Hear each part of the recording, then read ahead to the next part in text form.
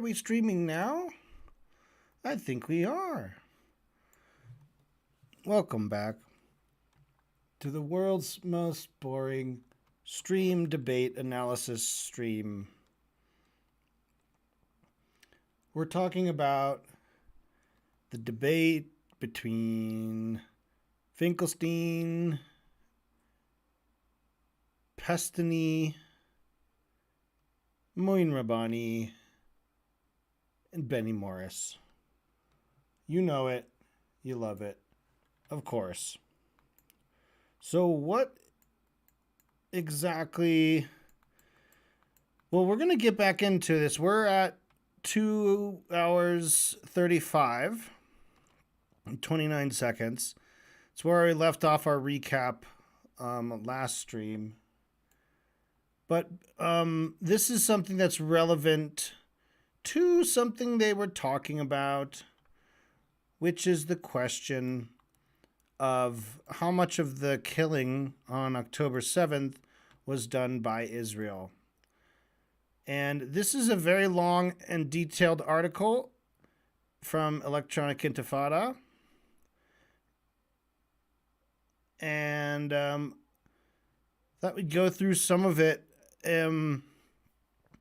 Just even this introduction, I think, will shine a bit of light on some of the facts that are being discussed in the debate.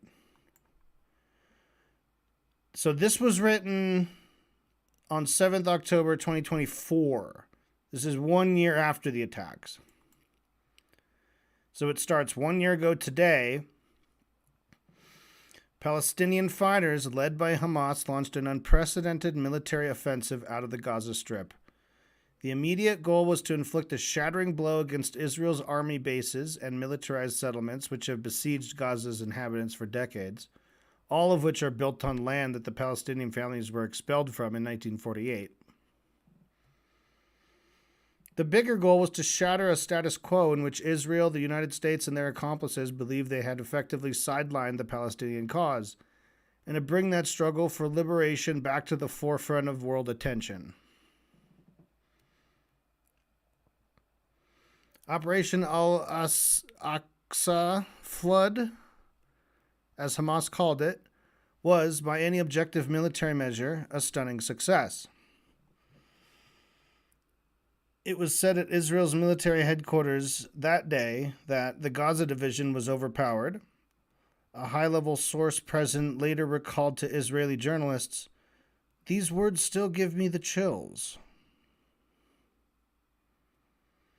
Covered from the air by armed drones and a barrage of rockets which opened the offensive at 6:26 a.m. exactly, Palestinian fighters launched a lightning raid over the Gaza boundary line. The army bases were conquered for hours. Some of the settlements still had an armed Palestinian presence 2 days later. The military communications infrastructure was instantly smashed. Simultaneous attacks took place by land, air, and sea. Palestinian drones took out tanks, guard posts, and watchtowers. Caught completely unprepared, most of the soldiers manning the bases were either killed or captured and taken back to Gaza as prisoners of war. A reported 255 Israelis were captured, including soldiers and civilians. Since then, 154 of them have been released, mostly by Hamas in November's prisoner exchange. However, the figure of those released also includes some bodies of dead captives, mostly killed in Israeli strikes on Gaza. Of the remaining 101 prisoners, 35 have been officially declared dead by Israel. The real number is likely much higher. Many have been killed by Israeli carpet bombing, and 3 escaped prisoners were shot dead by Israeli ground troops in Gaza City in December. Al-Aqsa flood was the first time in history that Palestinian armed groups were able to retake Palestinian territories lost in 1948, however briefly. Israel's response was also unprecedented, if not in its nature, then undoubtedly in its scale. An undisguised genocide against the population of Gaza. One quote-unquote conservative estimate published by the British medical journal, The Lancet, in July, stated that as many as 186,000 Palestinians are likely to have been killed by Israel so far, almost 10% of Gaza's population.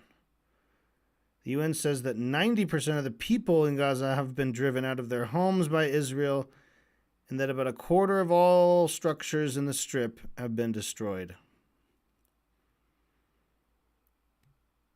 The Western press took its lead from official Israeli disinformation. It was soon awash with lurid atrocity propaganda. These lies about rape and beheaded babies were swiftly debunked by the Electronic Intifada and a small group of other independent media, often at the cost of being smeared by mainstream media and banned or censored by media giants like YouTube. Trying to paper over the cracks of its military and intelligence defeat, Israel has also been desperate to cover up another major scandal: that Israel killed hundreds of its own people between 7 and 9 October 2023. The regime ideologically justified this within Israeli society, using a well-established national murder-suicide pact known as the Hannibal Directive. The Electronic Intifada today presents a full overview of how Israel killed so many of its own people during the Palestinian offensive. This article is based on a year's worth of the Electronic Intifada's investigative reporting, extensive monitoring and translation of Hebrew language Israeli media, independent examination of hundreds of videos, a recent pro-Israel film broadcast by the BBC and Paramount Plus about the supernova rave, official Israeli figures of the dead, and a little-read UN Human Rights Council report.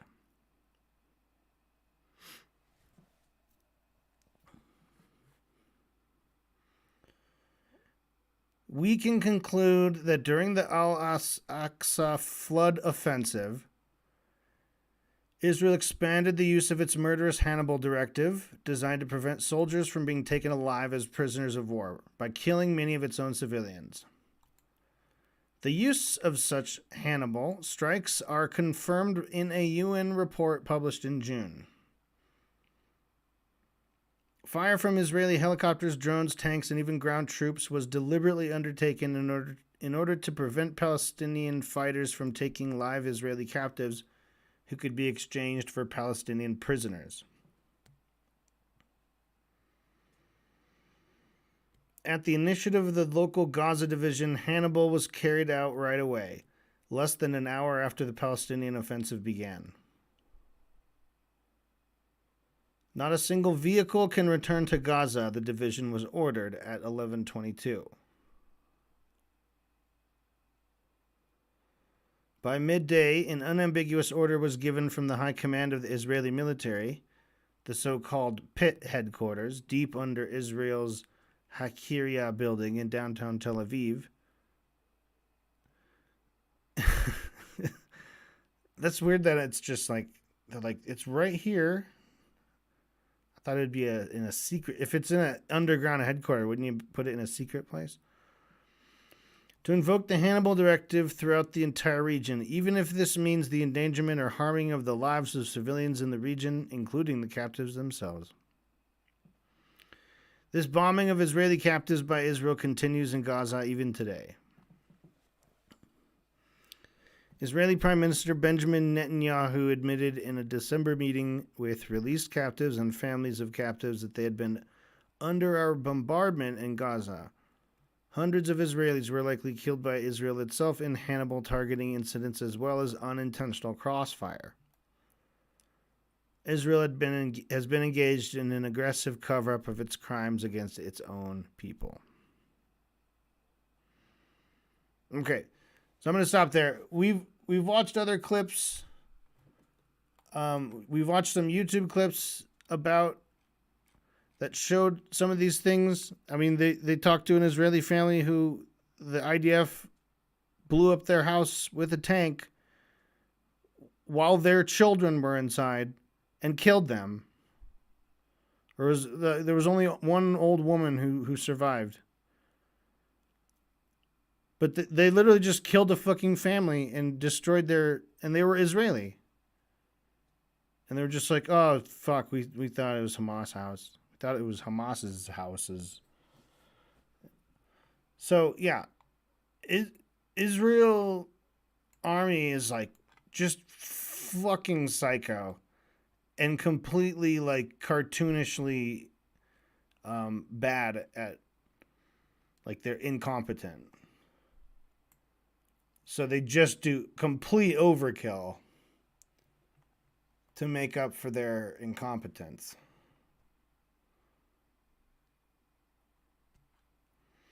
But it's actually really fascinating. The YouTube channel, and probably the website too, but I watched the videos. They go into a lot of detail as to like what's actually happening on the ground in Gaza. And it's pretty fascinating. It's pretty fascinating. So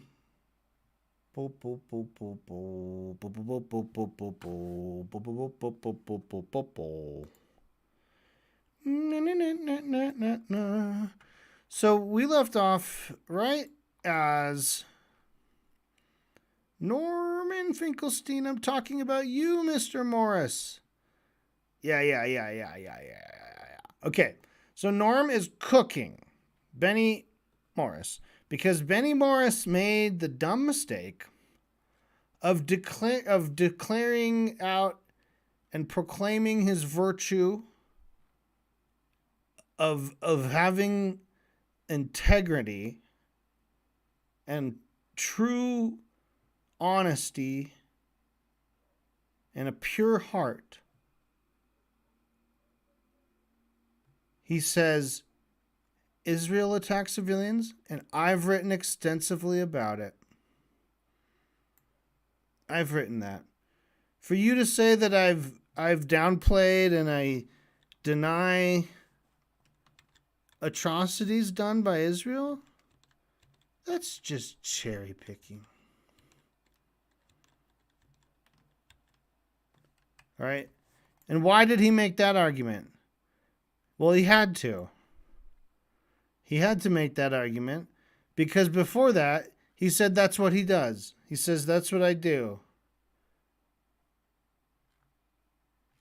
Did I underline that part?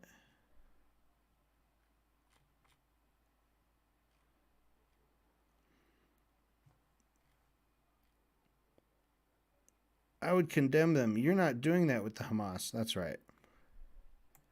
I would, for example, condemn Israeli assaults on civilians, deliberate assaults on civilians. I would condemn them. But you're not doing that with the Hamas. So this was Benny's, like, fuck up thing.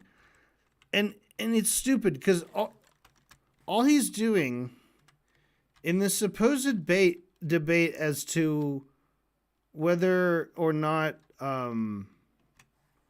Hamas had a legitimate, like, right to attack. Benny is not trying to make that case. He's trying to attack Moeen Rabbani's character. He's trying to go after his character. He's trying to say, you're a sick fuck. You're a disgusting sick freak who doesn't, when someone does an atrocity, you don't say that it's bad, Moeen Rabbani. It's very rich. Very rich coming from a Zionist like Benny Morris, right? First of all. So, but let's put to the side that Benny Morris is the embodiment of everything he's trying to accuse Moeen of being. Put that to the side. It's not helping anything in the debate. What if a really bad guy is making all these same arguments? What if a really good guy is making all these same arguments? The arguments are what counts. So your argument, you haven't made any argument that you haven't convinced us that they didn't have a what was the way he said it? Justified in violent resistance.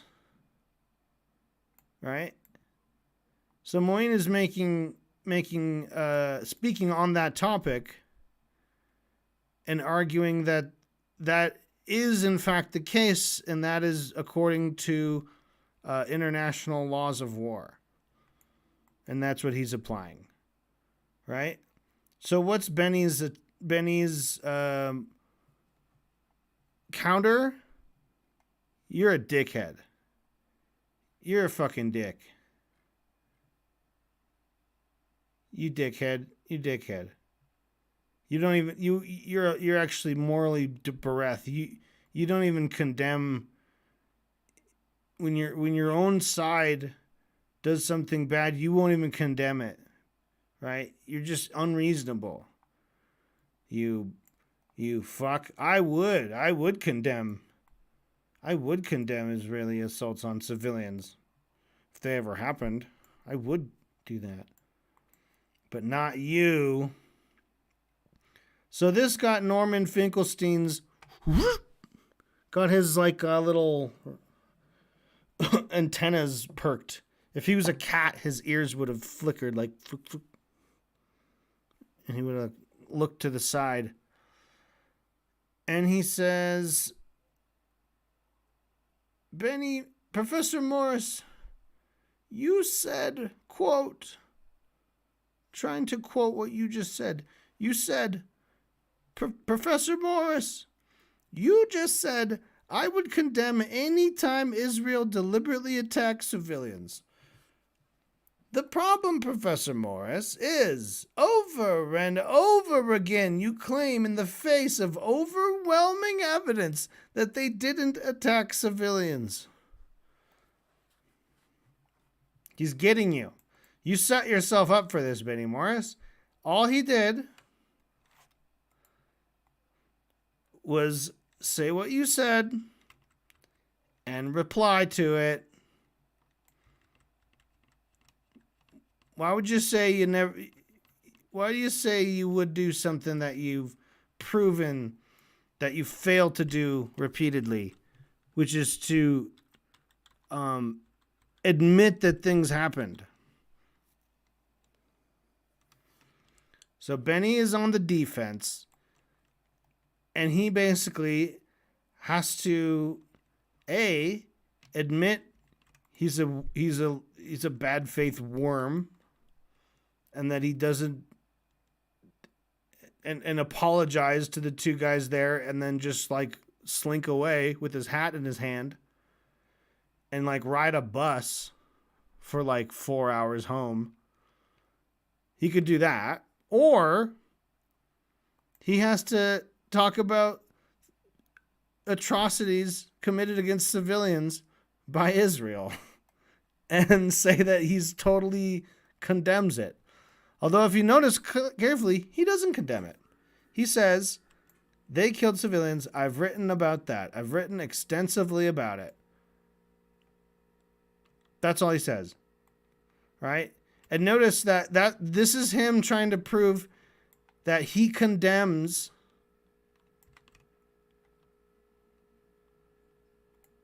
anytime they attack civilians, right? He said, Norm said that Benny said, I said that Norm said that Benny said that he would condemn any time Israel deliberately attacks civilians. Now, if you're listening to this, go tell someone else what I said.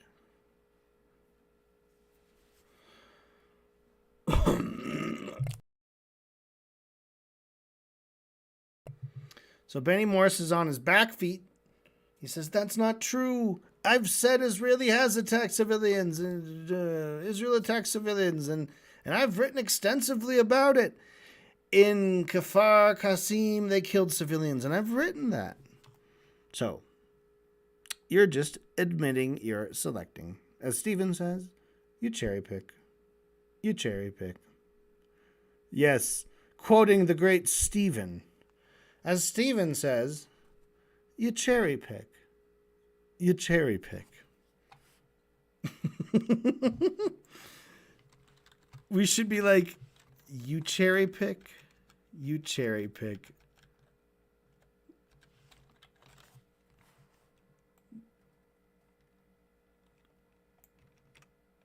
You cherry pick.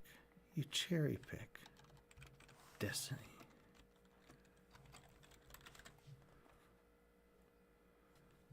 Pestiny. Morelli. Bonnell. You cherry pick. You cherry pick. There's so many ways to interpret that, like how you read it. I wish it was you pick cherries, you cherry pick. You cherry pick. You pick cherries. Or it could be like, oh, you cherry pick. Cherry pick could be like a nice name for a cat. You cherry pick. Cherry pick, chirp. Cherry.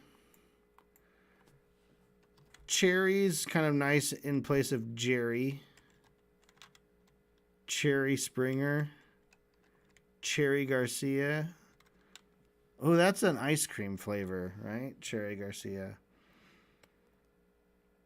Okay. When you were an adult, what did you say about the 1982 Lebanon War? Okay, I remember this part. We've talked about this part a lot. Right. So Norm continues roasting Benny by reading what he's said about the Lebanon War. However, in between this, we have this little diversion, okay, like a little side scene, a little B plot, where Stephen Bonnell is going to have a little back and forth with Moin Rabbani. And it's completely pointless. Stephen, in so many words,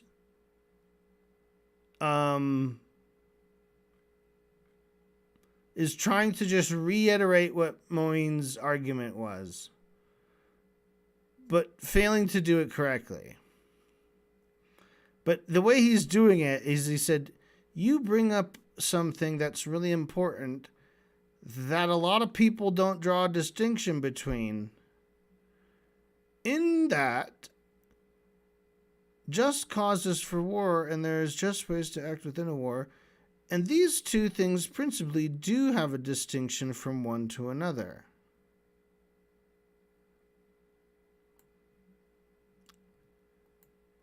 Okay, so all of this,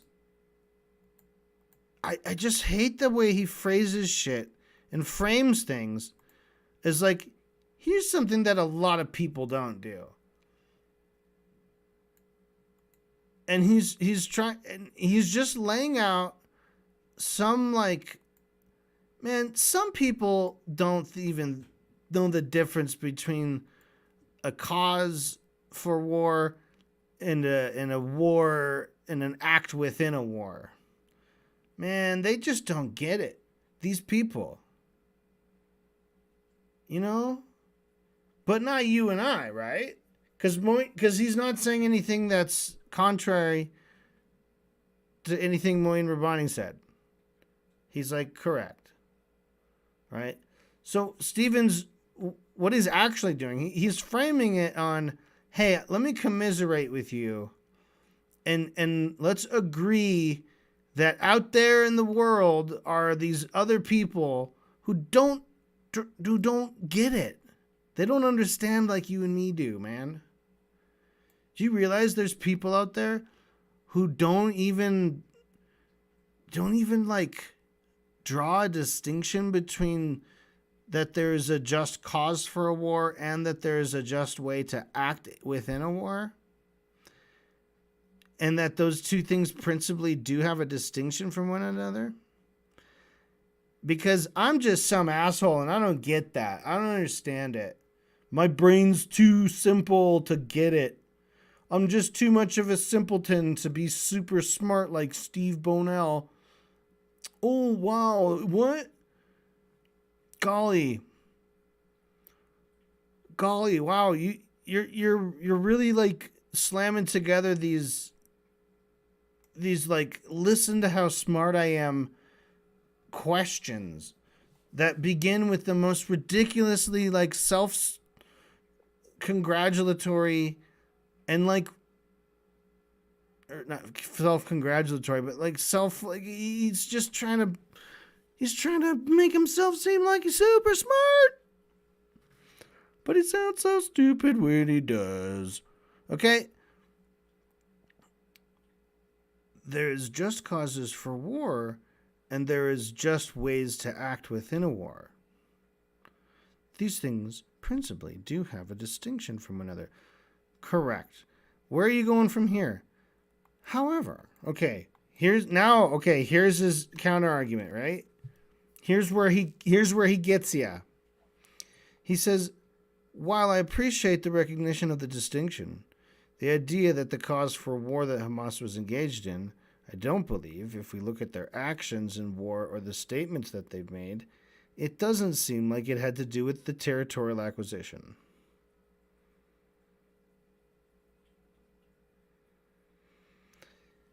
So, he says he appreciates the recognition of the distinction.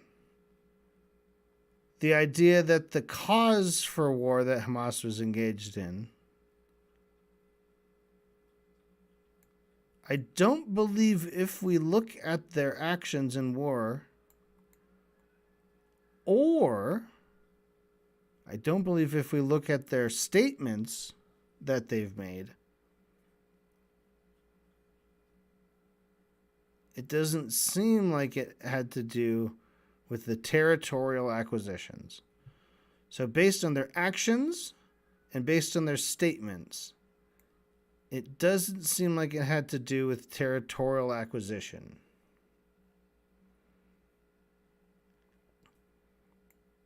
No, by taking land back. No, the point I was making was, what was Hamas trying to achieve militarily on October 7th? And I was pointing out that the focus had been very much on Hamas attack civilians and atrocities and so on. And I'm not saying those things should be ignored. What I'm saying is what's getting lost in the shuffle is that there were extensive attacks on military and intelligence facilities. As far as the other aspects are concerned, because I think either you or Lex asked me about the legitimacy of these attacks, I said I'm unclear whether efforts by Hamas to seize Israeli population centers in and of themselves are illegitimate, as opposed to actions that either deliberately targeted Israeli civilians or actions that should reasonably have been expected to result in the killings of Israeli civilians. Those strike me as, by definition, illegitimate. And I want to be very clear about that. And Benny Morris gets roped in here. So let's go back.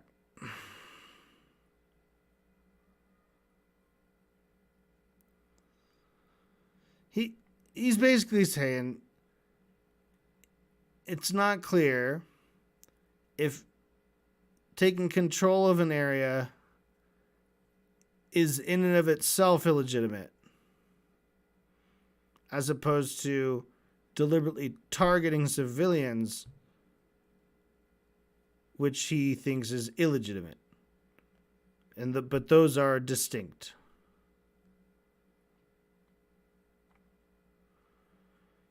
Benny, illegitimate means you condemn them? Benny, he's on the same kick. He's just like, I have to tear Moeen Rabbani down. I have to make him seem like he's a cold, heartless guy or something. And sorry, you can't do that because Moin Rabbani pretty much just like emits calm, trustworthy confidence. A comforting voice, to be honest. A boring voice, but good boring. He's the right kind of a comforting, boring voice that you want to hear when you're scared. You know? You want to hear someone who's calm and under control sometimes. You know? It's nice to hear a raving lunatic who says based shit. But then you also need that calming sensible, right? Illegitimate means you condemn them. Okay, and then we had the whole thing about how he's not condemning either side.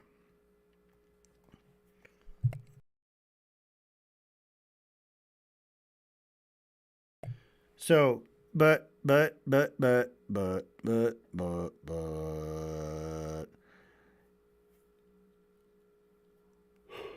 yeah, this is one of the sentences that contributed to the devastating punishment that I sentenced Stephen Bonnell to undergo. And hopefully, as soon as I get some lawyers and some henchmen are probably the most important part, we're going to go ahead and serve that warrant. We'll install the surveillance equipment, and we will ask him to begin his punishment. His punishment will be that he is required to slap himself in the face and then slap himself in the dick. And to do that repeatedly, continuously, 8 hours a day for the rest of his life. Forever. And no chance of parole. All right. I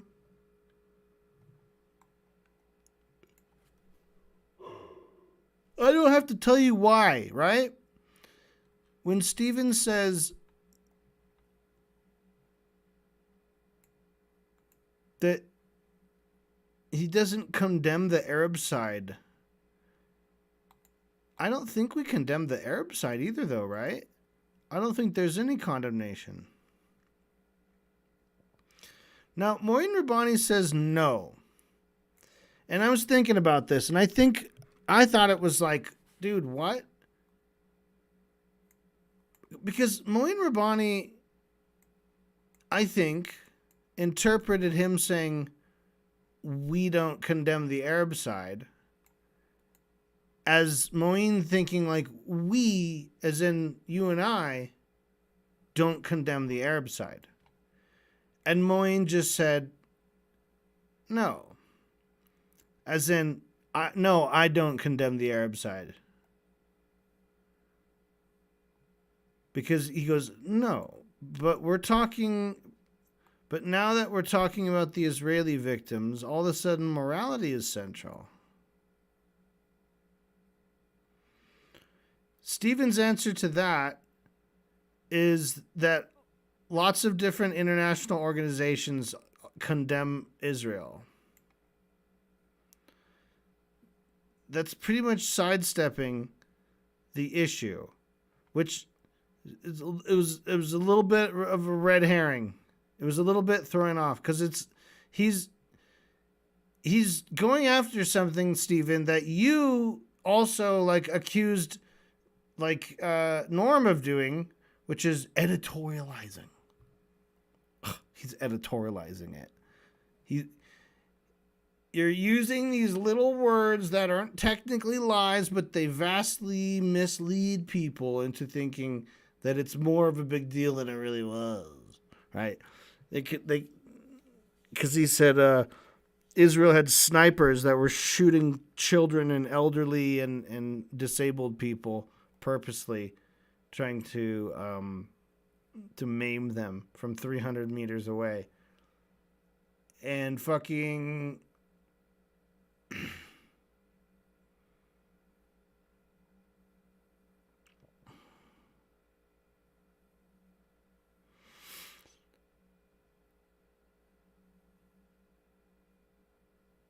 ugh.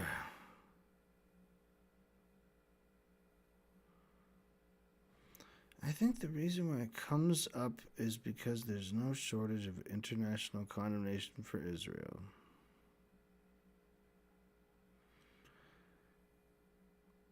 As Norm will point out a million times, there are 50 billion UN resolutions. As Norm will point out a million times, that there are 50 billion UN resolutions.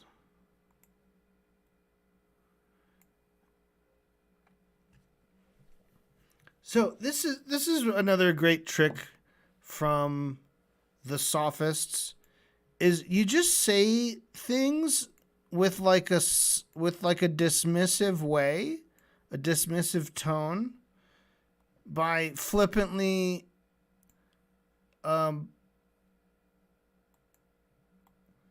like we saw it with the books, with the quotes. They're trying to undermine even like it's not like saying, oh, this is a bad source, because the author of their source is sitting right next to them and is on their team and is Benny Morris, right? So they have to go after the whole idea of just opening books and reading quotes from books. What the fuck? That's so stupid. Ooh, you and your books, Norm. Norm Finkelstein, book reader. You know? So if they can impart that energy into this debate, if the audience is going to be like, yeah, fuck books, man. These guys are right. Who cares what you read in a book if a book was written back then in the past, but they didn't know nothing about what's happening today? That's why I just trust my own brain. I don't read no fucking book. This guy right? Yeah, well, hey, I wrote some fucking books. What are you going to say? I wrote a fucking bunch of history books and shit. You don't got to be fucking reading them and shit. You don't got to be reading them all the time. You should read other shit. You shouldn't even read shit. It's a waste of time. So now, and again, UN resolutions, the existence of UN resolutions related to Israel and Palestine, what is that? What is that? What is that? Stephen is characterizing it as this is condemnation for Israel. So far, any UN resolution I've seen is pretty much given Israel the pass to continue its genocide, to exist at all in the first place. The UN is Israel's mom. You're like, there are 50 billion notes from mom. And some of them are like angry. She's angry at me. But you know she loves me and she wants the best for me, and she'll never make me stop being a fucking apartheid state. So what the 50 million UN resolutions are not suddenly evidence that Israel is condemned by the UN, first of all. Right? That they are condemned by the UN is not clarified by saying that there are 50 billion UN resolutions. And as Norm will point out a million times, dude, they are a significant aspect of this entire conversation. You were pulling out UN resolutions in parts of your argument in the first hour. We went over them in stunningly slow detail. So, as Stephen Bonnell pointed out a million times, there's like 50 billion UN resolutions. What side of what argument is this related to? If you think that this is an example of condemnation for Israel, oh my goodness. As Normal pointed out a million times. And then he says you've got Amnesty International, you've got multiple bodies of the UN. There's that little trick. You have two things and you make it sound like three things or four things. Right? Oh, they got everything here. Lots of stuff. They got pizza, they got burgers, they got pizza, they got drinks, they got burgers. Yeah, they've got all kinds of pizza, drinks, burgers, pizza and drinks. You can get a pizza or, you can get a burger if you like. I think this place only has pizza and burgers. But you made it sound like there's a long list of foods. So you got multiple bodies of the UN. And now you've got this case for the ICJ. So there's no question of if there's condemnation for Israel. Stephen, that's not what he was talking about. He's talking about how your side is saying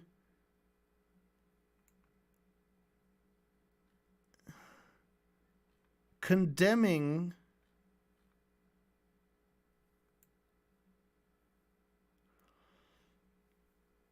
always being asked to condemn whatever Palestine is doing, but never once being asked to condemn Israeli action. When they talk about Israeli victims, morality is central. When they talk about Palestinian victims, it's all about impartiality.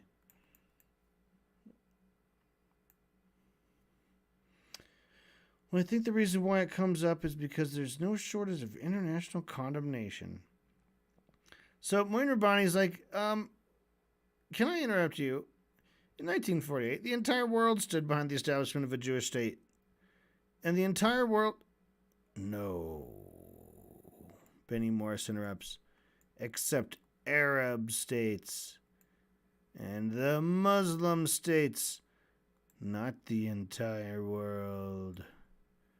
And Rabbani says, okay, but I think you know what I mean by that. Benny Morris, the Western democracies. That's what you're saying. Western democracies supported the establishment of Israel. Yeah, that's what he means, dude. That's what he means. Western democracies. Western imperialism. You know that socialism and communism is like 1,000 times more democratic than anything that happens in the USA? Fuck, anarchism is more democratic. Literally. Anarchism is more democratic than capitalism.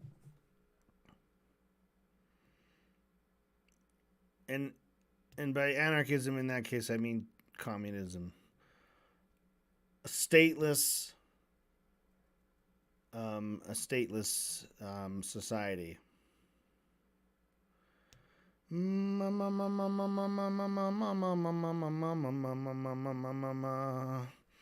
So then Stephen comes back in and he says, my quick question was. So this was part of his quick questions. Quick questions by Stephen. You said that you believe that. This is a very short one. You don't have to. What? You don't have to answer it? You don't have to what? You don't have to wait for me? You don't have to be impatient? What are you going to say there? You think that there's an argument to be made that the people in Gaza Hamas and Islamic Jihad or whoever participated had just cause for war. Maybe they didn't do it in the correct way, but maybe had a just cause for war, which is... So he's motor mouthing. Remember motor mouth? Okay. Norm Finkelstein was right again when he said Stephen Bonnell is a fucking motor mouth. Because he can't just say a thing. He has to say a thing, a general word, and then give two examples, and then a whatever, or a whoever, or a wherever. And then just not only answer their question, but answer it in dive into it and talk about some of the subtleties of their potential argument. Like, talk about leading questions. And it's fine, whatever. Ask a leading question, but like, how far do you lead someone? Do you believe they had a just cause for war, but also that they didn't do it in the correct way? Now, when he says, I don't think there's a maybe there, the Palestinians have... I don't know at what point he starts saying that, and let's see if we can catch, like, how does that over-talking happen? When does Moyne actually respond to this question? Because I suspect he didn't quite listen to the last sentence he had here. This is 20:30:09.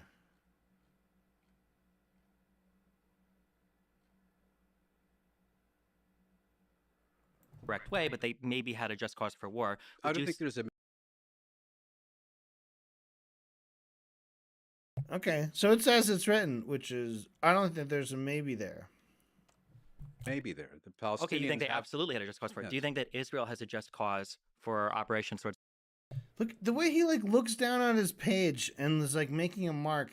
He's acting like a fucking police detective doing a fucking interrogation. Either. The Palestinians... Okay, you think they absolutely had a just cause for it. Yes. Do you think that Israel has a just cause? What the fuck is he circling on his little paper? When he's like, I don't think there's a maybe there. Oh, okay, so they absolutely had a just cause for it. Right? This whole part is so fucking stupid because he's not accomplishing anything. He's acting like a fucking criminal. Maybe it's more like a criminal prosecutor who's like cross-examining, or not cross-examining, but like, yeah, kind of cross-examining the of witness, a defense witness. But it's not quite, because like with cross-examinations, you're not allowed to... No, it's direct exam. When they talk to the witness the first time, they can't ask leading questions, right? And then when they do the cross-examination, then they can ask leading questions.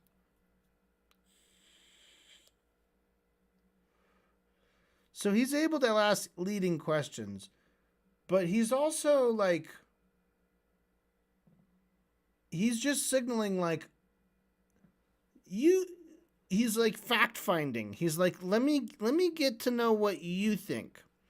What is it you're saying exactly? What do you think about this? What is your position on this? And this is like, this would be like, if I don't know, if this was sensible, this would be a conversation that happened before the debate. Right? Where you would work out what are the different topics going to be, because maybe there's something we all agree on and it's not necessary to include that as a topic. Right? Or maybe there's something that like the four of us, all four have different thoughts about it. This is very much kind of like a two-sided, pretty standard thing. I don't know.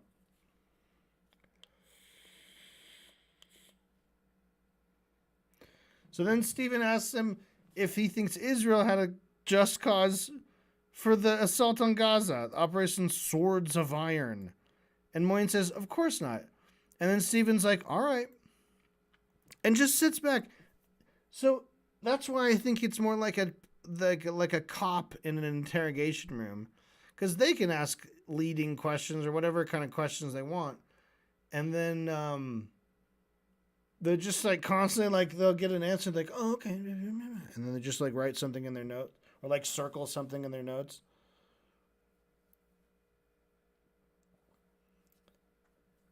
He's such a disingenuous fuck. And then he goes, all right, Nord, you can say your quote. You can say your quote. Your quote. He's going to say what Benny and how Benny wrote about the Lebanon-Israel war in which Israel committed atrocities. And Benny Morris is going to have to decide whether he's going to say, well, no, I do condemn that. I condemn it now. Or he could just continue deflecting and admit and saying that no, the fucking Israel didn't do anything wrong. Israel did everything right. He can just dig his heels in and say, I am denying atrocities. Which was the whole big argument you were trying to win. You dummy. You dummy. All right, let's listen. Cause for Operation Swords of Iron? No, of course not. Okay. All right. You can say your quote. Okay. First of all, on this issue of double standards, which is the one that irks or irritates Moeen, you said that you are not a person of double standards, unlike people like Moeen. You hold high a single standard, and you condemn deliberate Israeli attacks on Civilians. When they occurred, civilians. And I would say that's true for the period up till 1967, and I think it's accurate, your account of the First Intifada.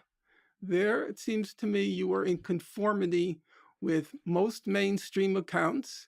And the case of the First Intifada, you also used, surprisingly, you used Arab human rights sources like Al-Haq, which I think Moeen worked for during the First Intifada. That's true. But then something very strange happens. So let's illustrate it. Wait, there's something strange which happened is the Arabs rejected the Okay, wait. peace offers. That's what happened. Well, By accepting the Oslo agreements. yeah. Not the. Okay. By rejecting, he's talking about Camp David Okay. and The Tapa. Camp David. If we have time, I know the record very well. I'd be very happy to go through it with you. But let's get to those double standards. So, this is what you have to say about Israel's invasion of Lebanon in 1982. You said Israel was reluctant to harm civilians, sought to avoid casualties on both sides, and took care not to harm Lebanese and Palestinian civilians. You then went on to acknowledge the massive use of IDF firepower against civilians during the siege of Beirut, which traumatized Israeli society. Morris quickly enters the caveat that Israel, quote, tried to pinpoint military targets, but inevitably many civilians were hit. That's your description of the Lebanon War. As I say, that's when I first got involved in the conflict. I am a voracious reader. I read everything on the Lebanon War.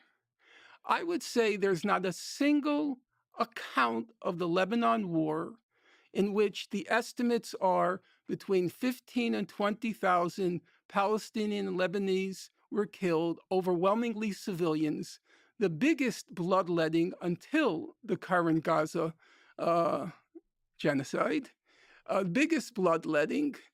I would say I can't think of a single mainstream account that remotely approximates what you just said. So, leaving aside, I can name the books, voluminous, huge volumes. I'll just take one example. Now, you will remember, because I think you served in Lebanon in 82, am I correct on that? Yeah. Yeah. So you will remember that Dov Yarmia kept a war diary. So, with your permission, allow me to describe what he wrote during his diary. So, he writes, the war machine of the IDF is galloping and trampling over the conquered territory, demonstrating a total insensitivity to the fate of the Arabs who are found in its path. A PLO-run hospital suffered a direct hit. Thousands of refugees are returning to the city. When they arrive at their homes, many of which have been destroyed or damaged, you hear their cries of pain and their howls over the deaths of their loved ones.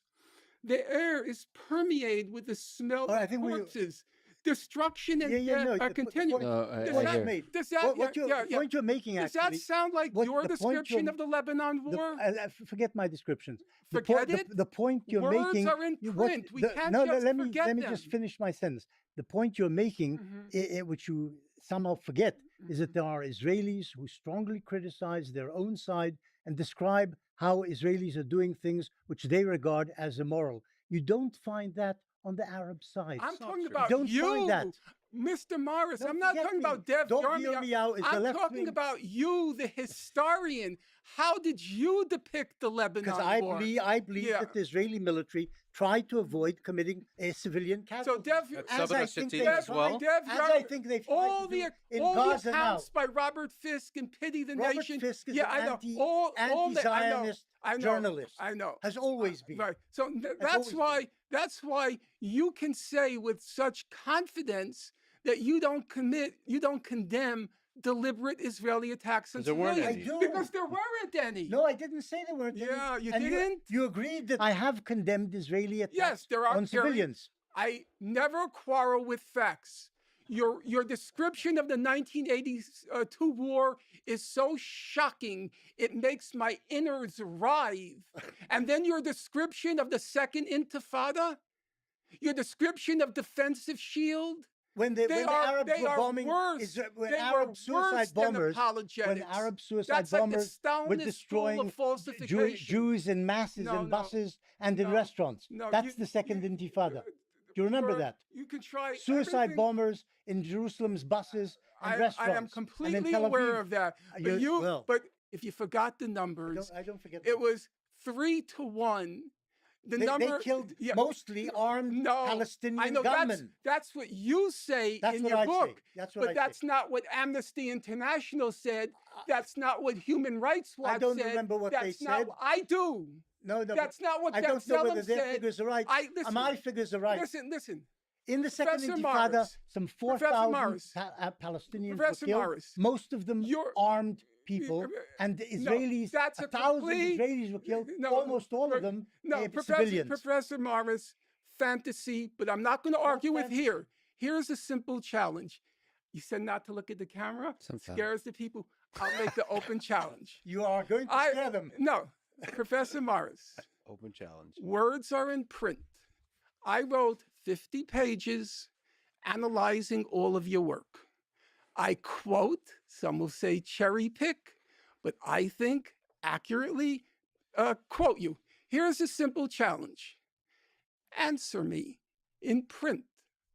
Answer what I wrote and show where I'm making things up. Answer me I'm in not print. familiar. I'm sorry. but Okay. I'm not familiar no, with. that's no problem. You're a busy man. You're an important historian. You don't have to know everything that's in print, especially by modest publishers. But now you know. And so here's the public challenge.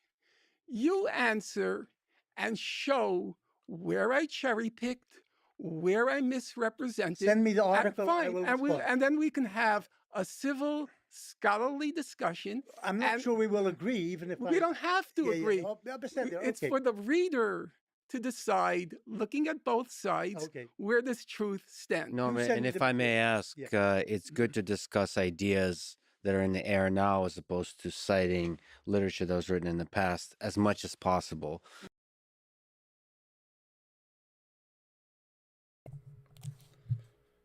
Literature that was written in the past. Only future literature. Hey, if you think about it, talking, that's just present literature. It's literature that's happening now. Instead of something you wrote down which was in the past.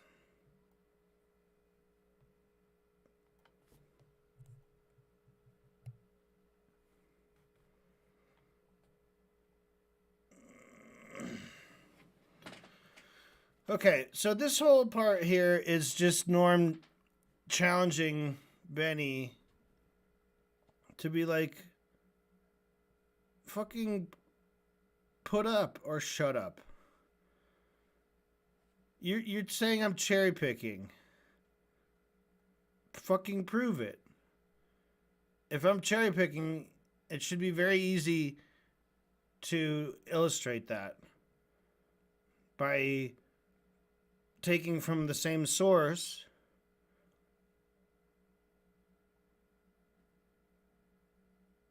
and presenting more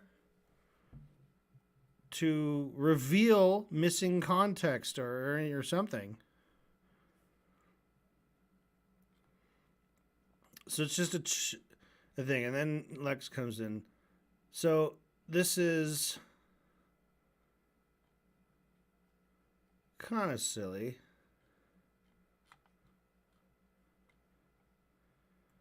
But I don't think it ever happened. Did Benny Morris ever respond in writing?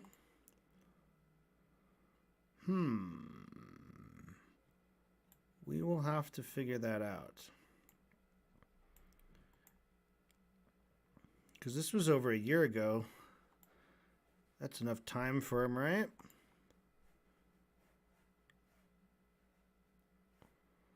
I'm just telling you that as an academic historian, put a lot of value in the written word, and I think it is valuable. As an academic historian, does he actually say academic? Stand. Norman, send and me if the- I may ask, Yeah. it's good to discuss ideas that are in the air now as opposed to citing literature that was written in the past as much as possible, because listeners were not familiar with the literature. So, like, whatever was written, just express it, condense the key idea, and then we can debate the ideas or No, discuss the there are ideas. two aspects. There's a public debate, but there's also written words. Yeah. What a weird response to, like, we should put this in writing.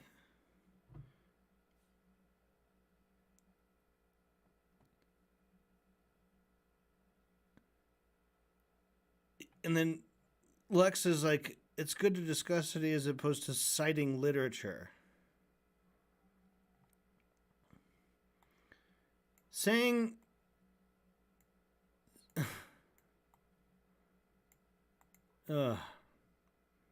it's just so stupid.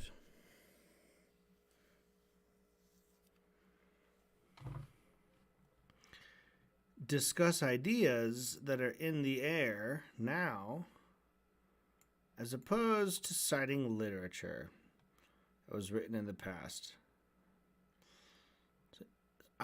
And then he says there's public debate, then there's written words.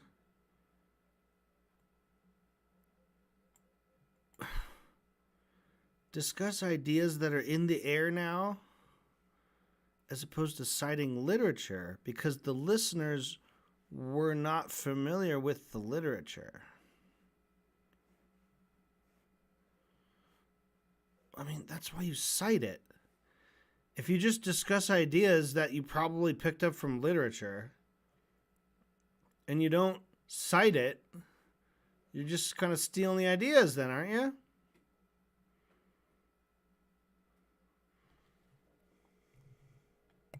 Yes, I'm just telling you that you, as a academic historian, put a lot of value in the written word, and I Correct. think it is valuable. But in this He's context, incidentally not the only historian who puts value to words. yes, I also do, yes, actually. Yeah, but so we in don't More give than just one or two sentences at a time. and Yeah. but this in this context, I do too. I also value the written word. Okay, Benny. Yes, Benny, we heard you. You sure do, Benny. You wrote lots of books, didn't you? You value words. Oh, I love words. I value them so much.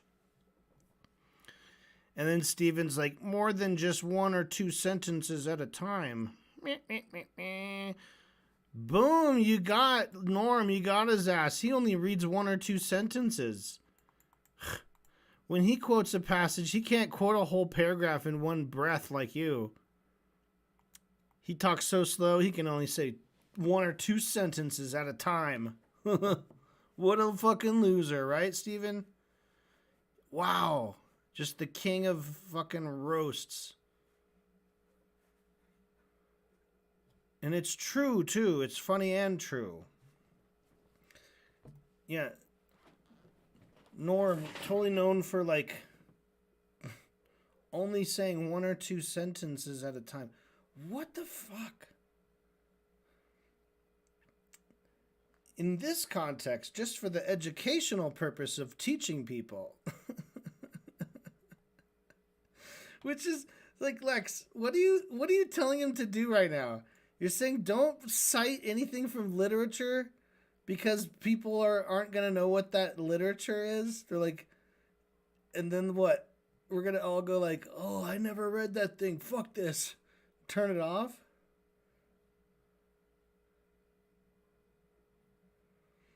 The educational purposes. Why would people commit what I have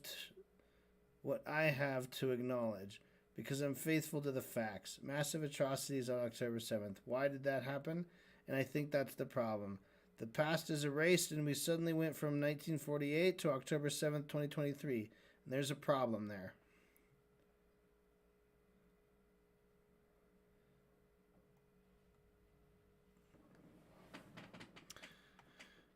First of all, you have complete freedom to backtrack and we'll go with you. We'll go there with you. Norm, we're on a magic school bus here. You can travel back in time, man, and we'll go there with you. Obviously, we can't cover every single year, every single event, but there's probably critical moments in time. And then here comes the pest. He's the pest around. Nothing gonna ever take him down. He's the pest around. Da, da, da, da, da, da, da, da. Can I respond to something related to that? The Lebanon War? Bum, bum, bum, bum, bum, bum, bum, bum, bum, bum, bum, bum. Here he's going. He's going to be a fucking idiot. This is long.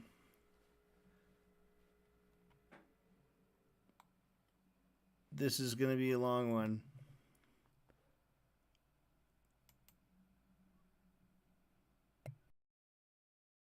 Can I respond to something relating to that, the Lebanon War? I looked at the book that he got this from and what the quote was from. It sounds cold to say it, but war is tragic and civilians die.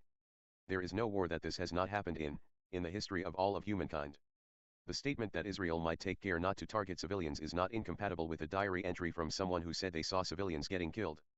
I think that sometimes we do a lot of weird games when we talk about international humanitarian law or laws that govern conflict, but we say things like, civilians dying is a war crime, or civilian homes or hospitals getting destroyed is necessarily a war crime, or is necessarily somebody intentionally targeting civilians without making distinctions between military targets or civilian ones.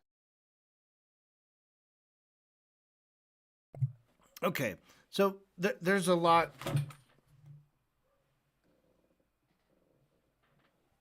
There's a lot just in that first half of his statement.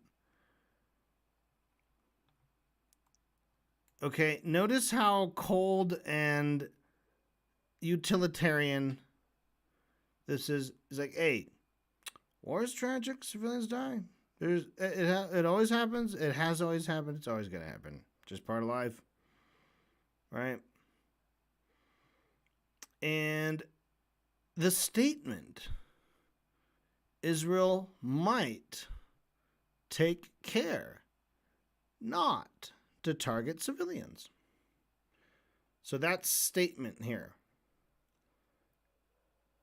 is not incompatible with a diary entry from someone who said they saw civilians getting killed. All right, so he's saying these could both be true. That Israel might take care not to target civilians, and that a diary entry from someone who said they saw civilians getting killed could both be true, right? Because maybe this was a liar. Maybe this was an untrustworthy diary. Maybe the diary was bullshit. Or maybe it was an accident and they didn't target them. Or maybe the civilians were dressed up like soldiers and they tricked them. They had fake guns, but they pointed them at them and they ran towards them, and then Israeli soldiers got really scared and they had to fight for their lives. So, yeah. It's not incompatible. So, the most like weak, bare minimum kind of argument of it's like, just because they killed a bunch of civilians doesn't necessarily mean that they might not be taking care not to target them. You know, think about that. It is logically possible that they still technically try not to target civilians.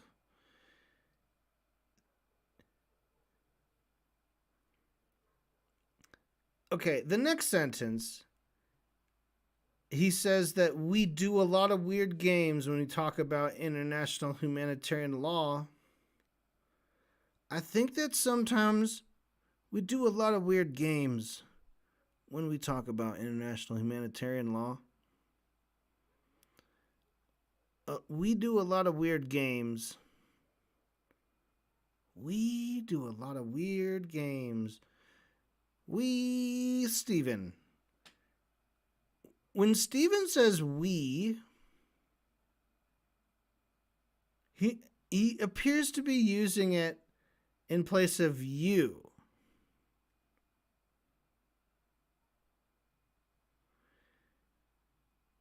And that's a pretty common voice I've heard used as a very like passive aggressive. Like if there's 4 people in a group and one person is saying like, you know, we're leaving the windows open at night. We need to remember to close them, right? But there's only one person, and everyone in the group knows who it is, who's the one who leaves the window open.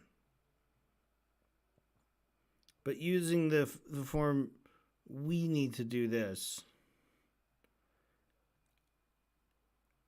It seems like it also could be like a strategy of like, I'm actually doing this to spare the feelings of this person by not calling them out directly.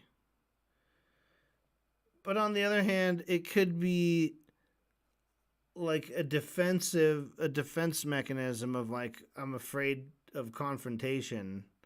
I'm afraid of confronting someone. Right? Or it could be like, I'm mad at this person and I refuse to talk to them. At least when it comes to like the thing I'm mad about.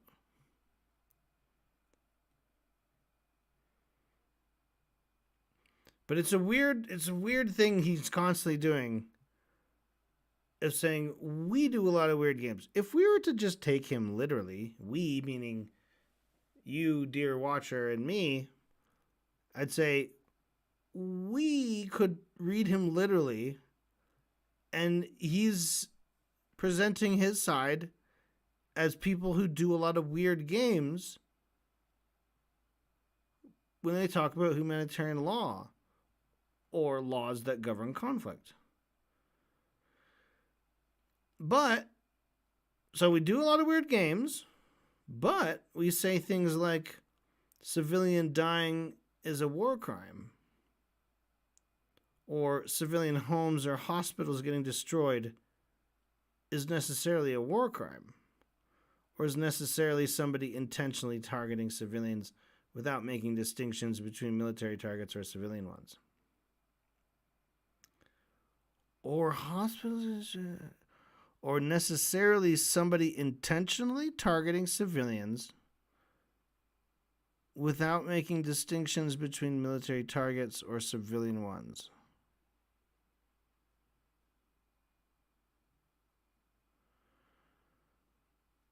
Okay, so he's saying it might not be a war crime if you intentionally target a civilian if that civilian is on a military target.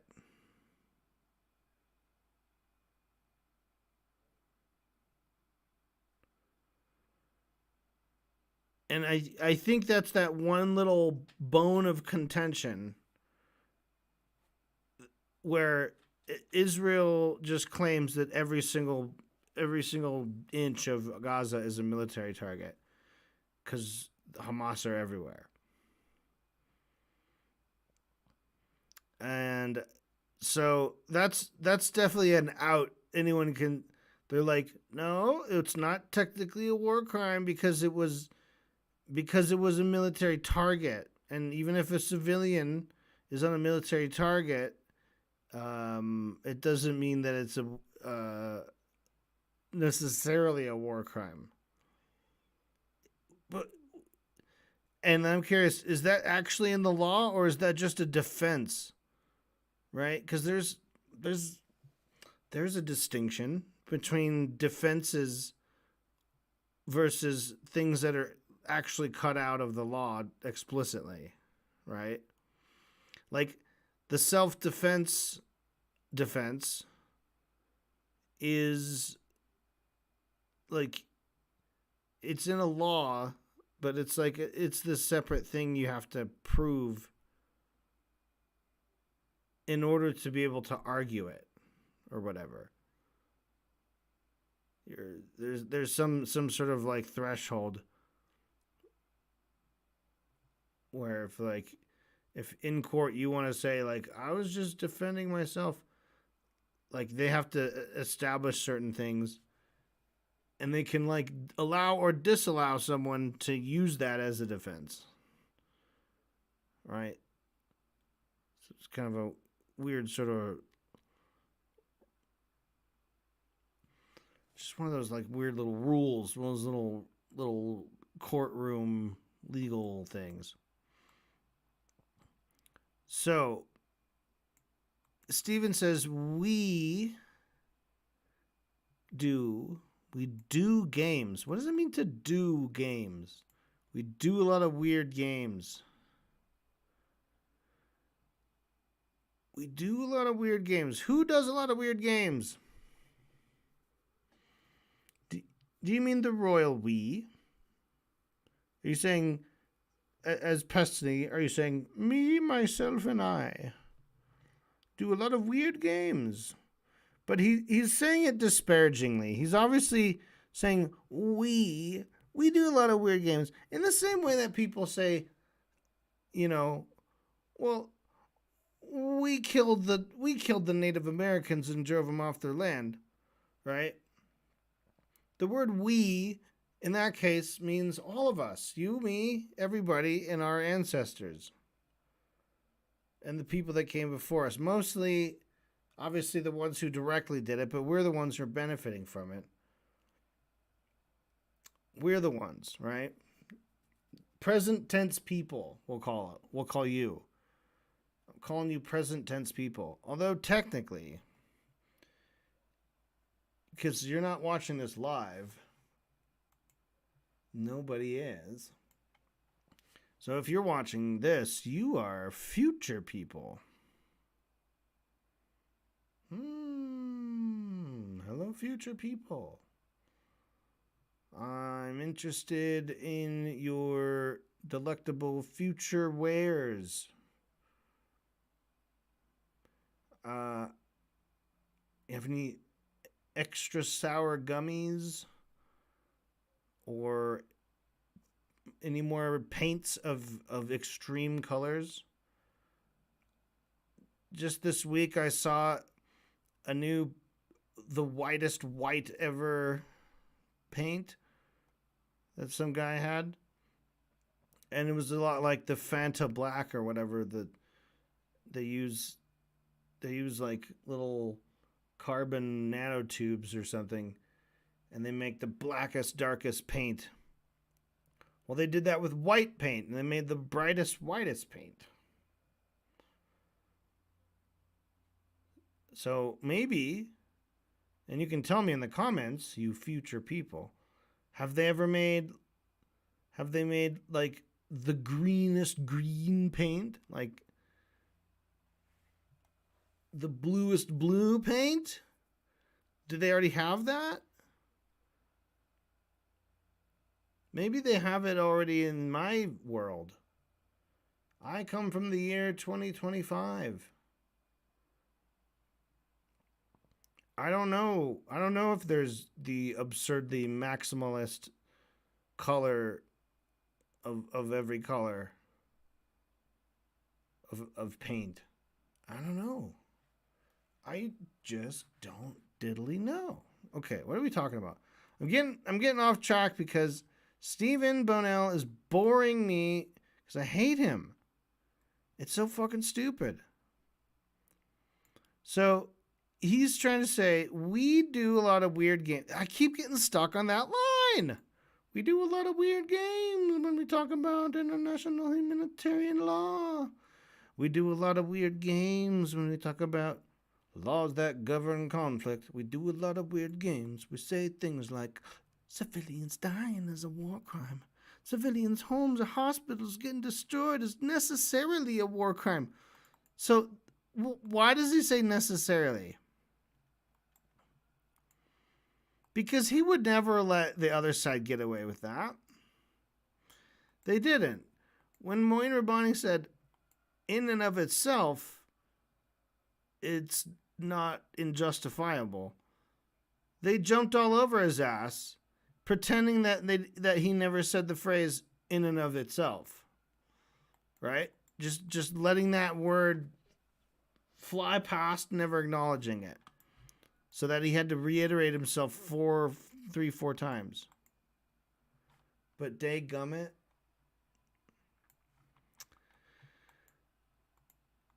Stephen just slips that in there. Because to me, civilian homes or hospitals getting destroyed is a war crime. Assuming they're homes where people live in and hospitals where people are receiving health care and doctors are working at, yeah, that's a war crime. Now, if you said civilian homes or hospitals getting destroyed is necessarily a war crime, I suppose, hypothetically, maybe a civilian moves out of that home and nobody buys it, and it's targeted. It's decided to be destroyed. It's meant to be destroyed. It needs to be destroyed because it's unsafe. It's old. It's got rot in the walls. And this hospital, everyone is just transferred away from it. It's been sold off. And it's now just an abandoned building, and it's starting to show a little wear and tear on the foundation, and they're worried that it might collapse. In that case, destroying that home and that hospital would not be a war crime. There you go. So there is a technical chance that saying, I just destroyed a civilian home and a hospital could be uttered, and that person wouldn't necessarily be a war criminal. Say, like, whoa, whoa, whoa, whoa, whoa. It was nobody lived there, and it was tagged for demolition. And the owner of the land paid me to do it.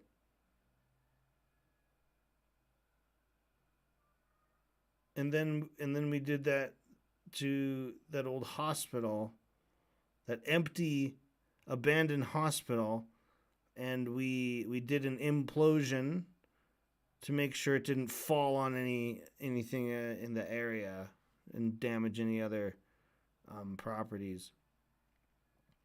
Yeah, okay. Not necessarily a war crime. You're right, Stephen. Wow.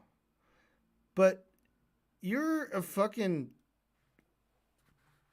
like, you wouldn't, that's not what they did.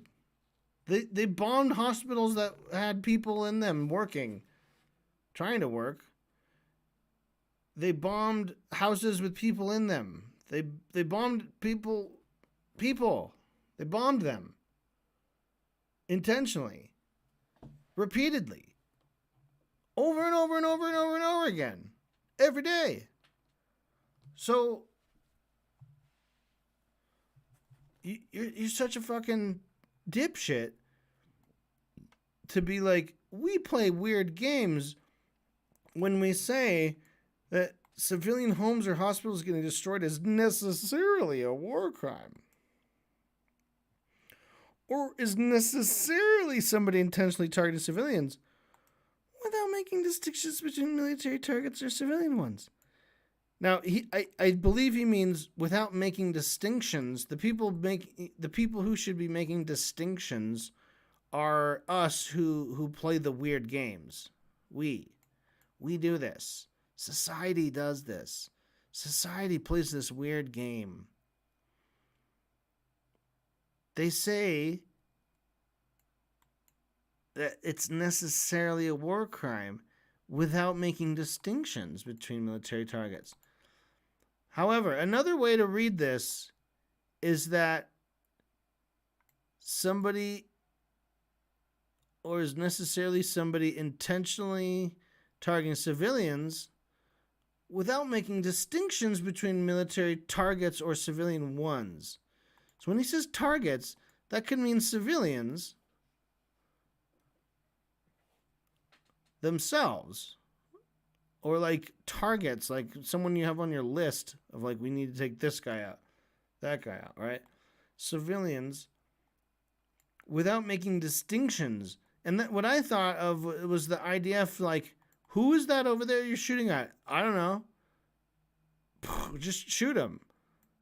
Like, they don't make distinctions between military or civilians. Like, there's a bunch of army guys over there, and there's a bunch of civilians over there, and they're like, boom, boom, boom, boom, boom, boom, boom, boom. We don't care. We don't make distinctions between military targets or civilian ones. To me, that is necessarily a war crime. If I'm to understand that. Somebody intentionally targeting civilians without making distinctions between military or civilian targets, that is definitely necessarily a war crime.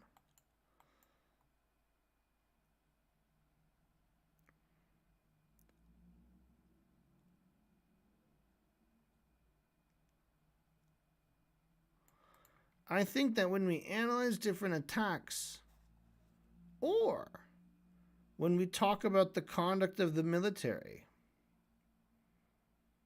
it's important to understand prospectively, indubitably, from the unit of analysis of the actual military committing the acts.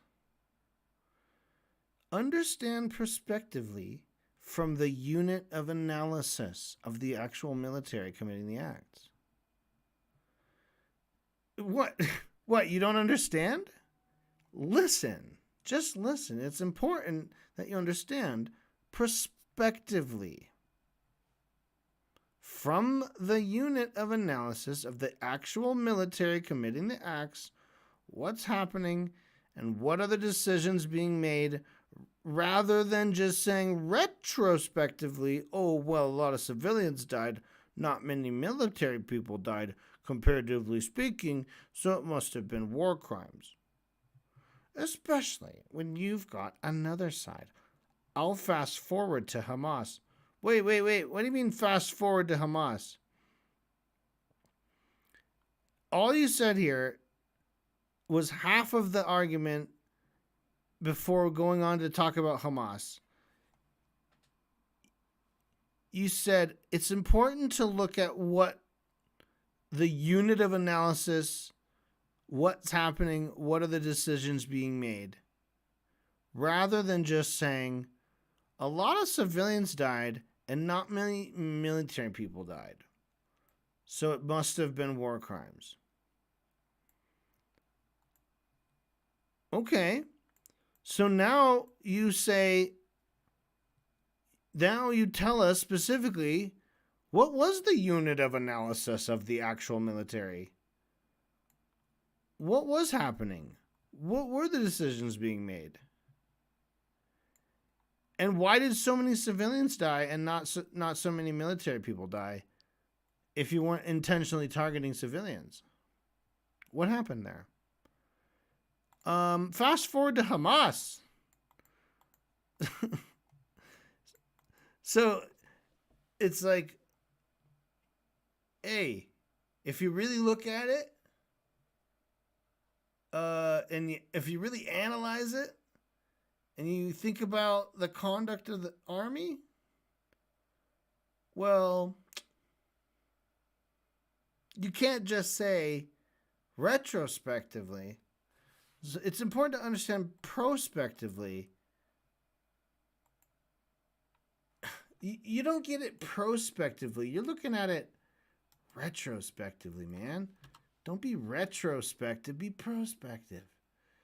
Consideration of or in preparation for the future. Understand prospectively from the unit of analysis of the actual military. So is he saying that it's important to understand what the military... It's important to understand prospectively from the unit of analysis from the actual military committee of the acts. So you're saying the military's unit of analysis? Unit of analysis of the actual military. The unit of analysis. What is the unit of analysis? What is a unit? Does that mean like a group? Is that like a brigade, a troop, a unit, a team, a squad?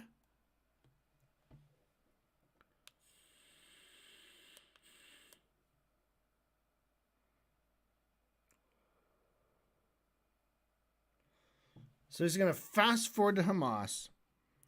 And all of that, like, extreme bending over backwards to being like, well, this thing might not necessarily be a war crime. Just because on the face, the facts of the major beats of the story sound like war crimes. They might have some way to wiggle out of it in the court. So that's his counter argument. And then he goes, but Hamas intentionally attempts to induce those same civilian numbers. What?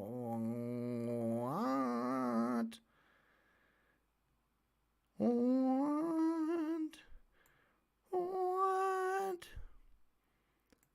What? So Israel attacks Gaza. Lots of civilian died. Not many military people died.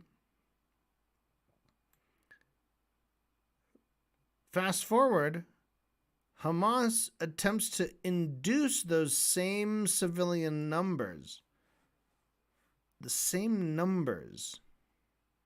So they're like, we want to kill our own civilians. We want to kill an equal number. We want to kill the same amount that they just killed of our own citizens. Why? Because Hamas is guilty of any war crime that you would potentially accuse. Hey, we're guilty of every war crime. Well, let's do more war crimes all the time, every day. We'll do a match for match. Israel kills 20 civilians. We kill 20 of our own civilians. Like, wait, what? Why would we do that? Because we're guilty of any war crime you would potentially accuse. So he's like, they don't even have to be accused of it. They're guilty of it. Dude, I don't even know if anyone's accused you, but you are guilty of something. Whatever accusation may come later. We don't have the accusation ready yet. We're not sure what to write on this line, but you're fucking guilty of it. You're fucking guilty of it. What am I guilty of? Yeah. You tell me. Can you please tell me? Because I don't know which one you're guilty of yet. But you're fucking guilty. Oh, what about Israel? I feel like we play a lot of weird games when we talk about international humanitarian law, you know, and this is this weird game where necessarily just because they intentionally target civilians without making distinctions between military targets and civilian ones, that like it's a war crime. And that I think it's important to keep in mind that that's not necessarily true. Fast forward to Hamas, they're fucking guilty of every war crime, even the ones they're not even accused of. This is according to Amnesty International, people that Norm loves to cite. Hamas is guilty. Hamas is guilty of all these same war crimes. These same war crimes? I thought you were trying to argue that Hamas was way worse. No, they're equal. Israel does exactly the same war crimes as Hamas. That's what Stephen Bonell said. Stephen Bonell said that Israel is Hamas. Just saying. I didn't say that. Stephen Bonell just said that about Zionists. He says they do exactly the same war crimes as Hamas. Hamas does it, and then Israel does it. Ooh, I hope they don't hear about that in the in the Hasbara. They're guilty. They're guilty of the same war crimes, of them failing to take care of their civilian population, of them essentially utilizing human shields to try to fire rockets free from attacks. Essentially using human shields to try to fire rockets free from attacks. Essentially?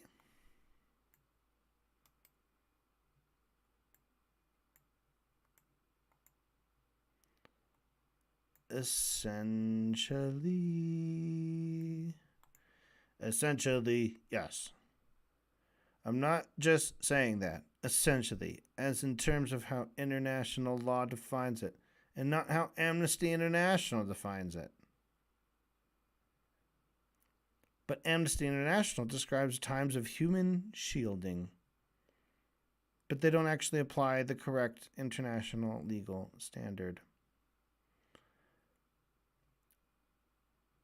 Essentially, yes. I'm just saying that essentially as in terms of how international law defines it. How international law defines human shielding.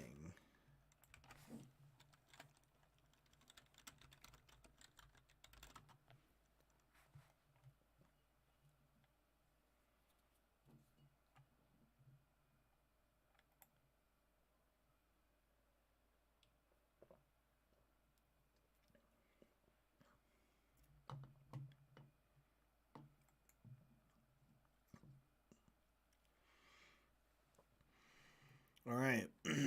The term human shields describes a method of warfare prohibited by international humanitarian law, or the presence of civilians or movement of the civilian population, whether voluntary or involuntary, is used in order to shield military objectives from attack, or to shield, favor, or impede military operations.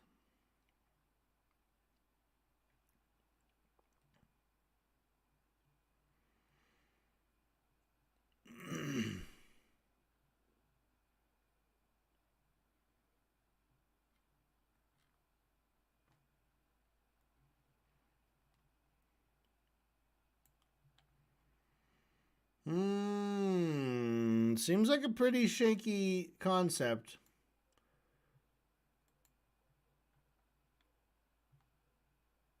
But I guess I get it. But it's like, ooh, don't be a juicy fucking target in the middle of the city, or else we can still bomb it. Doesn't matter if there's civilians there. Ooh, oopsie, we thought it was one of their military bases. We didn't realize it was actually the building down the street, saw we?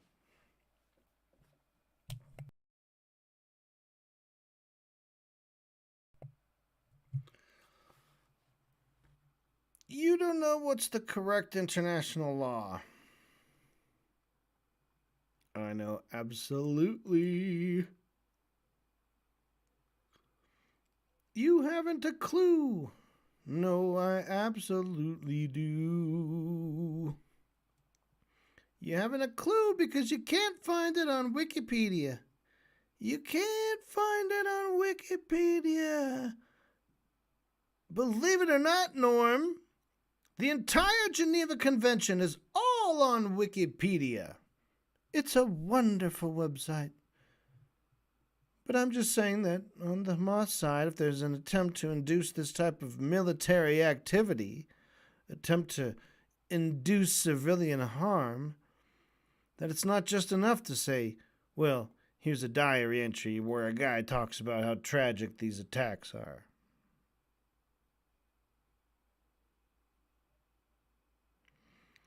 If there's an attempt to induce this type of military activity, again, it's him saying Hamas is asking for it. Just like the Lebanese were asking for it. They were fucking asking for it. They made us do it. They induced it. They induced that type of military activity. It's basically like, hey, you fuck with the boss, you gonna get the fucking hammer. The iron fist come down.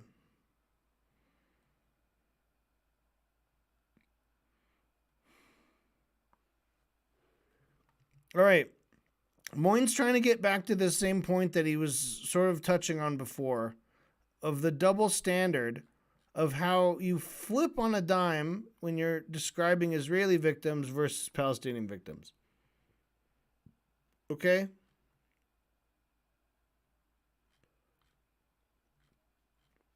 And he's absolutely right to do it, and he's got another great example, because you just did that again.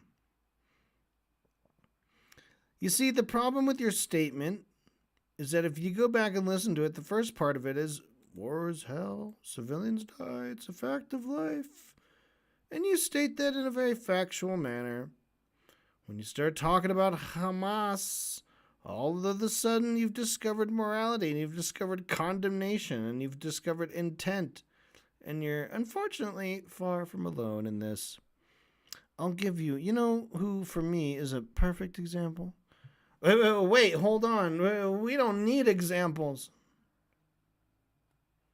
Yeah, because he's cooking your ass, dude. That's smart. That's the lawyer saying, you don't answer that. Derail the conversation. No. We don't need examples. And Maureen, okay, go ahead. The false equivalency of the two sides is astounding. The false equivalency of the two sides is astounding. Yeah, I agree with that.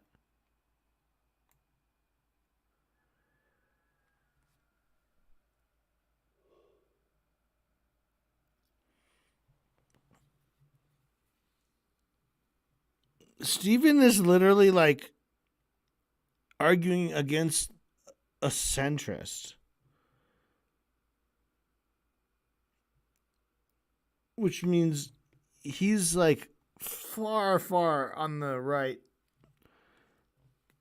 I mean, he's completely like Palestinians are not even human. Long live Israel, glory to Israel. I mean, he's full bore. And the fact that he thinks that Moeen and Norm are trying to create an equivalency of the two sides.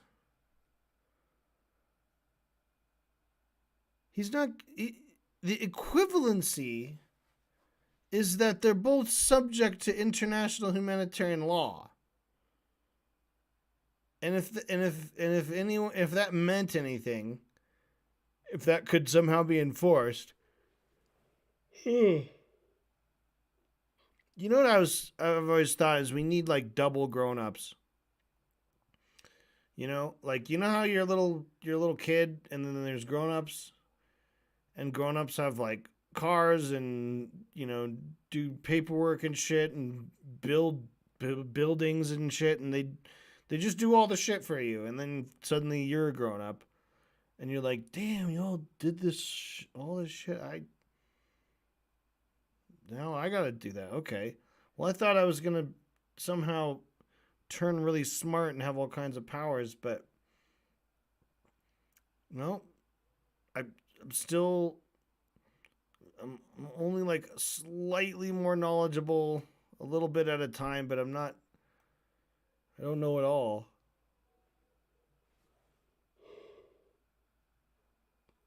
I mean, what if old people at like 70, 65, 70 started like growing real big again and they became giants and they had like a second life puberty thing, and they just had another age as being adults, and they become really smart and they're really big, and they're so big they can pick up adults and like tell them what to do and stuff, and like easily like take control of them, right? So the adults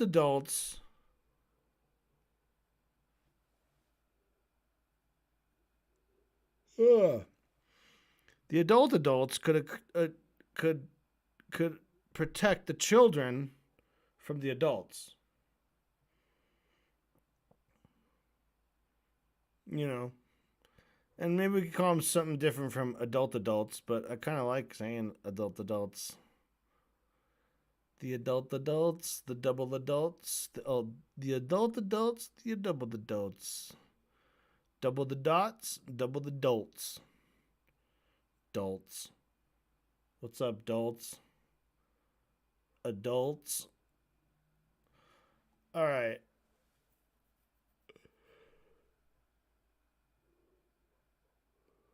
We don't need no examples. I don't need your example. Fucking dickhead. We don't need your example. I want to know his example. I want to know his example. Context, just for the educational Well, purpose the of teaching people. educational purpose is, why would people commit what I have to acknowledge, because I am faithful to the facts, massive atrocities on October 7th? Why did that happen? And I think that's the problem. The past is erased, and we suddenly went from 1948 to October 7th, 2023. And there is a problem there. So first of all, you have complete freedom to backtrack, and we'll go there with you. Obviously, we can't cover every single year, every single event, but there's probably critical moments in time. Can I respond to something relating to the Lebanon War? I looked at the book that he got this from and what the quote was from.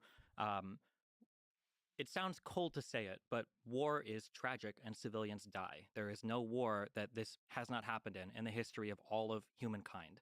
The statement that Israel might take care not to target civilians is not incompatible with a diary entry from someone who said they saw civilians getting killed.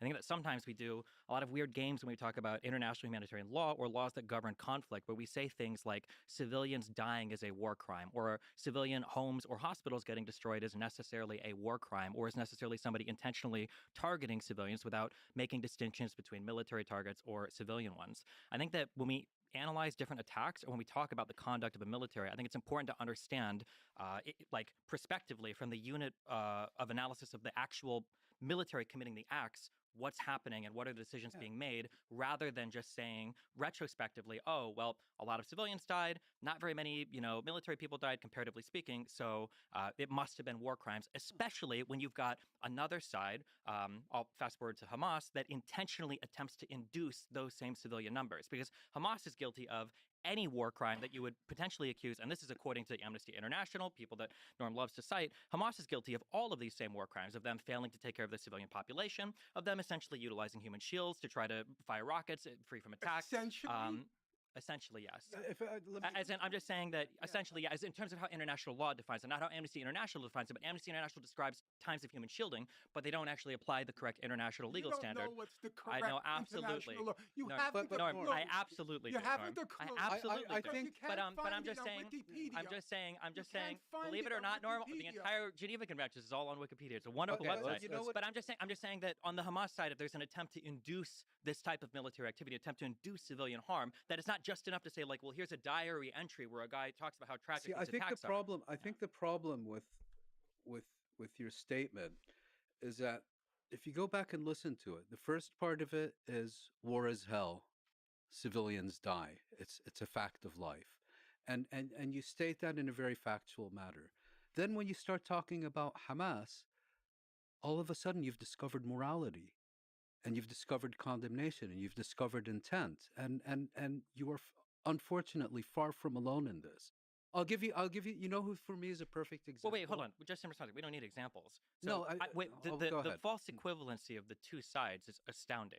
When Hamas kills civilians in a surprise attack on October 7th, this isn't because they are attempting to target military targets and they happen to stumble into a giant festival of people that. Well, they did they- happen to stumble into it. They did, but And they killed 300 yeah, but people they did. But in when the they music stumbled festival. into it, it wasn't an issue of trying to figure out a military target or not. They weren't failing in distinction. There wasn't a proportionality assessment done. It was just to kill civilians. Even the Amnesty International in 2008 and in 2014, and even today, will Look, continue I don't to say think that there's. things like I the don't think types you'll of attacks. find anyone who will deny that Hamas has targeted civilians. Sure. You gave the example But there's of, a difference because of suicide bombings during the Second Intifada. I mean, facts are facts. Sure, but I'm just and- saying that the Hamas targeting against civilians is different than the incidental loss of life that occurs when Oh, it's Israel incidental does. loss How of life. That- genocide is the intentional Incidental mass loss of murder. life. Genocide is an entirely separate claim. Yeah, right? but the idea that Israel is not in the business of intentionally targeting civilians, I know that's what we're supposed to believe, um, but the historical record stands No, that's No, very it doesn't. clearly. I don't That's believe it not- does. that's You've true. written That- about Well, it when you yourself. say That's not historical, true. do you mean like in the 40s to the 60s, or do you mean like I over would the past say like Gaza? from the 30s of the last century to the 20s of this century. I just like to make the way you characterized it. I think the best example of that I've come across during this specific conflict is John Kirby, the White House spokesman. I've named him Tears Testosterone for a very good reason. Um, when he's talking about Palestinian civilian deaths, war is hell, it's a fact of life, get used to it. When he was confronted with Israeli civilian deaths on October 7th, he literally broke down But he in tears understood in that one is public. deliberate and one isn't.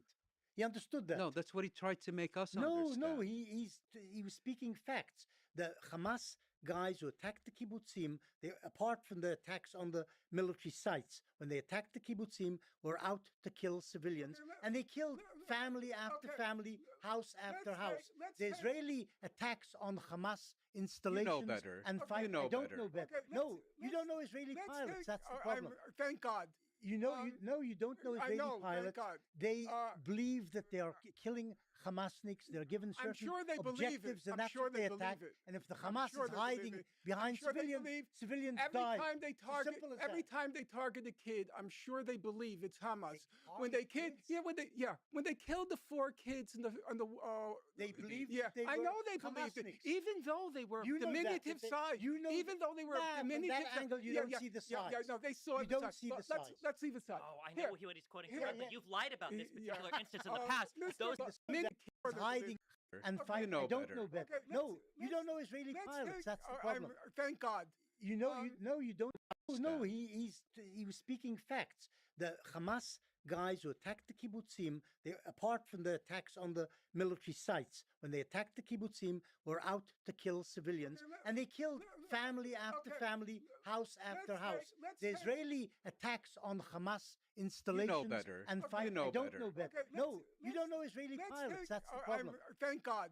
You don't know I Israeli know, thank pilots. God. They believe that they are killing Hamasniks. They're given certain I'm sure they believe it. objectives, and I'm that's sure what they they attack. believe it. And if the I'm Hamas sure is they believe hiding it. behind I'm sure they civilians, believe civilians Every die. time they It's as target, simple as every that. time they target a kid, I'm sure they believe it's Hamas. When target they kids? when they killed the 4 kids in the They believed yeah, they I were know they believed it, Hamasniks. even though they were You know that, diminutive but they- size, you know even though they were. No, you don't know Israeli pilots. That's the problem. Thank God. You don't know I Israeli know, thank pilots. God. They believe that they are killing Hamasniks. They're given certain I'm sure they believe it. objectives, and I'm that's sure what they they attack. believe it. And if the I'm Hamas sure is they believe hiding it. behind sure they civilians, believe civilians Every die. time they It's as target, simple as every that. time they target a kid, I'm sure they believe it's Hamas. When target they kids? when they killed the 4 kids in the They believed yeah, they I were know they believed it, Hamasniks. even though they were You know that, diminutive but they- size, you know even though they were Nah, from diminutive. that angle, you don't see the Yeah, size. no, they saw You the don't size. see the Let's size. see the size. Oh, I Here. know what he's quoting Here. from, but you've lied about this Yeah. particular instance in the past. Mr. Those kids weren't just on the beaches, as often stated in articles. Those kids were literally coming out of a previously identified Hamas compound yeah, that they well, had that's operated horrible. from. They literally did. Mr. You can Google Borelli, it. You can Mr. Google Borelli, it. with all Mr. due Finkelstein, respect, or- with all due respect, you're such a fantastic moron. It's terrifying. That wharf was filled with journalists. There were tens, scores of journalists. That was an old fisherman's shack. What are you talking about? It's so painful. Hamas naval. It's so painful to listen to this idiocy. And to But be clear, on the other side, let's- you're implying that a okay, strike was okayed on the Israeli okay. side, where they said, we're just I going to kill said- 4 hey, Palestinian hey, children today for no hey, reason. Do you believe that? You know, Do you believe that? Do you okay, believe that? let's- Right, right. okay, As you said, do right, you there was a believe- hotel of okay, journalists. Do you here- think that they here were we they go. were out to killed kill four? Here we more go. children? You won't answer the Here we question. go. You will never answer that I question. will answer the question. Pilots were out to I kill will even 4 answer children. And it was approved morons' because that was a strike. That was a questions. drone strike. Here. So it was approved all the You way up said the chain that we're going to kill you children want- today. We're going to kill You Palestinian want me children to today. answer, or do you want your motor mouth to go? Okay, answer. In 2018, there was the Great March of Return in Gaza. By all reckonings of human rights organizations and journalists who were there, it was overwhelmingly nonviolent. It But organized resembled by the Hamas. whoever organized It's organized by it was- Satan. Let's start Satan, with No, that. by Hamas. Okay, by- Satan. yeah. I agree. Let's go for the big one, the big Megillah. It's Satan. Okay, overwhelmingly organized, overwhelmingly nonviolent. Resembled at the beginning They the threw first bombs here and the there, but first Intifada. they threw Represent bombs the here and first there, yeah. okay, not bombs, but They let's- tried to make okay. holes in the fence, Okay, obviously. Let's continue. Yeah. So, But I'm not sure Israel behaved morally in that okay, respect. okay. No, but no, you're- no. Okay, wait. I'm willing to grant you that. Please, please. I'm willing to Allow grant me, you. allow me to. You don't have to pursue allow it me. because I'm Okay, willing to grant. allow me that there No, was- to finish. I don't know anything about this. I'd like to. hear it. Okay, so as you know, along the Gaza perimeter, there was Israel's best trained snipers. Correct? I don't know best trained. There were But snipers. Fine. Snipers. Okay. All right. The Because editorializing hey, support. laugh! It's hilarious. The story's so funny. You're lying about It's the Great so March of Return funny. had aspects Okay, of violence to it. okay, According, even the UN says it themselves. Okay. But you only collect what the UN says that you like. See, the problem, Mr. Morelli, is you don't know the English language. You don't. I can read from the Did you UN hear- website did itself. I In regards to say- the Great March of Return, they Please said, stop with your while the vast idiotic- majority of with your protesters idiotic- acted in a peaceful manner, No, listen to what during he most said. protests, Did- dozens have did you approached the just fence, agree with attempting me, to Mr. damage it, said there was burning moral tires, Did I throwing say stones and Molotov overwhelmingly cocktails nonviolent? towards Israeli forces, and Okay. flying incendiary Okay, kites and balloons okay. into Israeli territory. Yeah, The latter resulted yeah, in but- extensive but you damage to don't- agricultural land and okay. nature reserves inside Okay. Israel, and risked the lives Yeah, of Israeli because civilians. Some incidents of Mr. shooting and throwing Borelli- of explosives Yeah, have also been talk reported. fast, I'm so just people trying to- think that you're coherent. I'm just reading from the Okay, UN. Yeah, but you see, I know you like them sometimes, you got only when the they agree with you, You though. got the months wrong. You got the months wrong. We're talking about the beginning in March 30th, 2018. You just described that march as mostly peaceful. Okay, allow me to finish. So there were the snipers, okay? Now you'll find it so far-fetched. Israelis purposely, deliberately targeting civilians? That's such a far-fetched idea. An overwhelmingly nonviolent march. What did the international It wasn't a investigation? march. It was a campaign. Yeah, which whatever went you on want to for- call for it. months. Whatever you want to call For it. months. Yeah. What did the UN investigation find? Well, he just read it. to you. found. I read the report. I don't read things off of those machines. I read the report. What did it find? Brace yourself. And yes, to be clear, Stephen was not reading from the report. He was reading from an article. It was an article from the UN website, but it was not a UN report. You thought it was so funny, the idea of IDF targeting civilians. It found, go look this up on your machine. I already know what you're going to say. You're It going to say it found that targeted only one or children. two of them. I already know what you're going to say. You're going to say that only one or two of them were justified killings. No, Norman was not going to say that. He's going to say that it targeted children, journalists, medics, and disabled people who were 300 meters away from the fence and just standing by trees. Dipshit Bonell. That's what he was going to say, you fuck. Oh. Them were Targeted justified children, killings. targeted journalists, targeted medics, and here's the funniest one of all. It's so hilarious.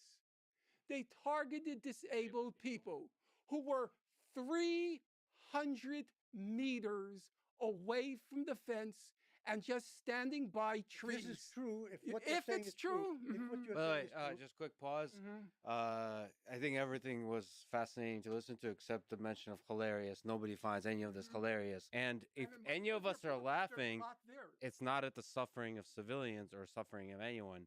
It's at the obvious joyful camaraderie in the room. So I'm enjoying it, and also the joy of learning. So thank you. Can we talk about the targeting civilian thing? Can we talk about the targeting civilian thing?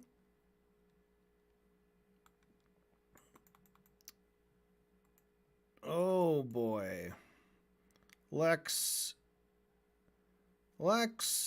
is a pretty great moron.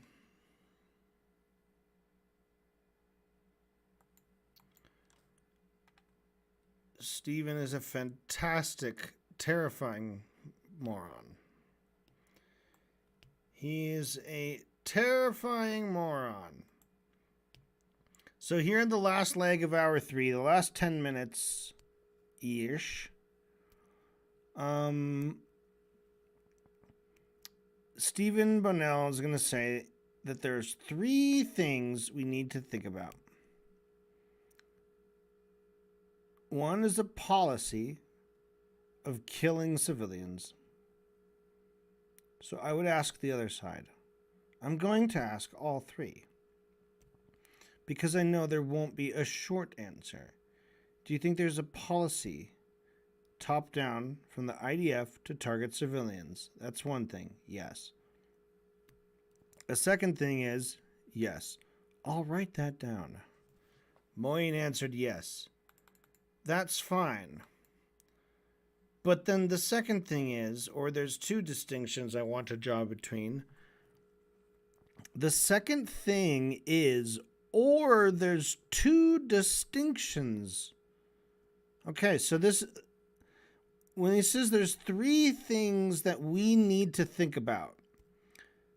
The first thing is if Rabbani believes that the IDF has a policy of targeting civilians.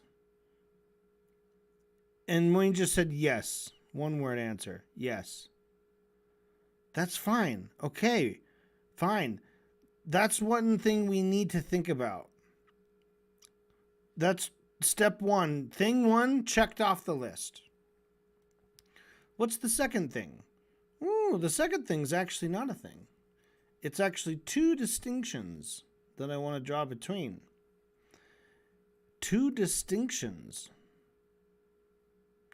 I think Benny would say this. I would say this. I'm sure, undoubtedly, there have been cases where IDF soldiers, for no good reason, have targeted and killed Palestinians that they should not have done. That would be prosecutable as war crimes as defined by the Notable. Benny Morris, some have been prosecuted. And I'm absolutely sure. According to you and your books, your book, practically none. Stephen continues, I'm sure we would all agree for soldiers that happens. But I think that it's important that when we talk about military strikes or when we talk about things especially involved... What was the third thing?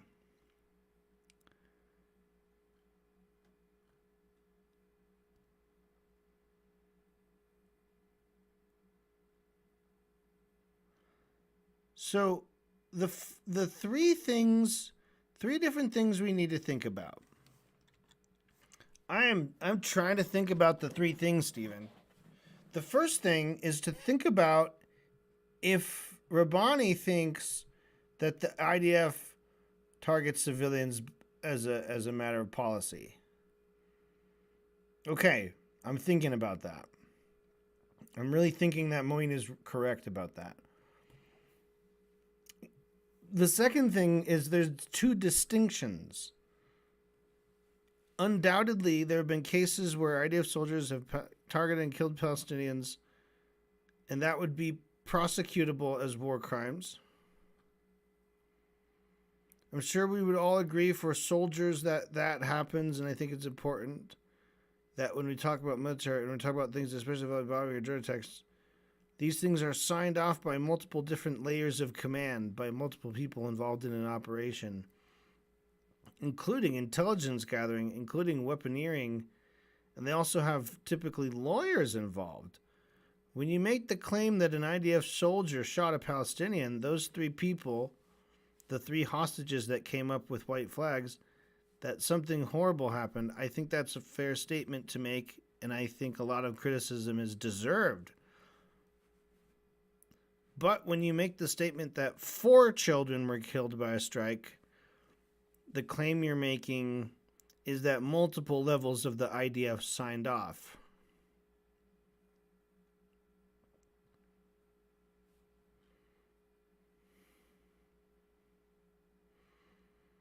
So the first thing to think about is the policy top down.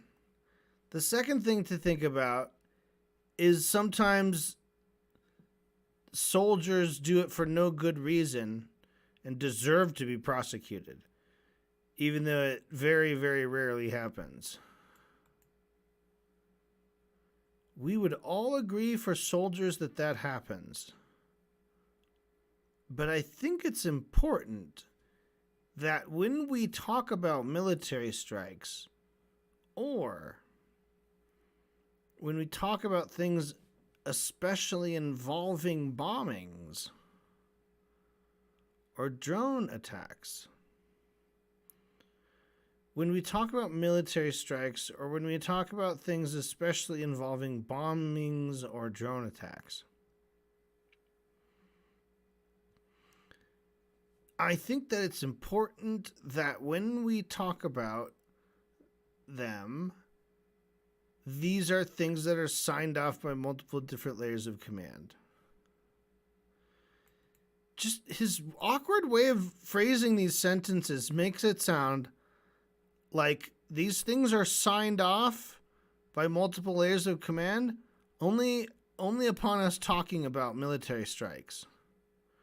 When we talk about military strikes, these things are signed off. These are things that are signed off.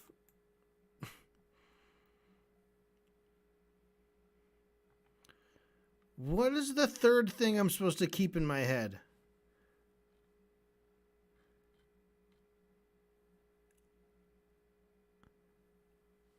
There's three different things here that we need to think about. So one is a policy of killing civilians. So I would ask the other side, I'm going to ask all three because I know there won't be a short answer. That's one thing. The second thing is, or there's two distinctions I want to draw between. I think Benny would say this. I would say this.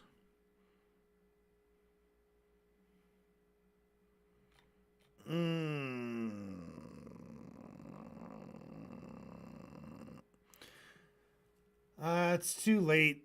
It's too late. I'm too brain dead to think through these last 10 minutes. Steven is just too much for me. So we're gonna close it down. Close it down, shut it down. Remember, it's not complicated to be against genocide, so you have to stand for Palestine. But there is a lot to learn. There's a lot to untangle. But it's not complicated. So don't be afraid to educate yourself and at the same time stand for Palestine. All right? I think there's like an important All right. Let's call it a night. All right. Let's call it a night.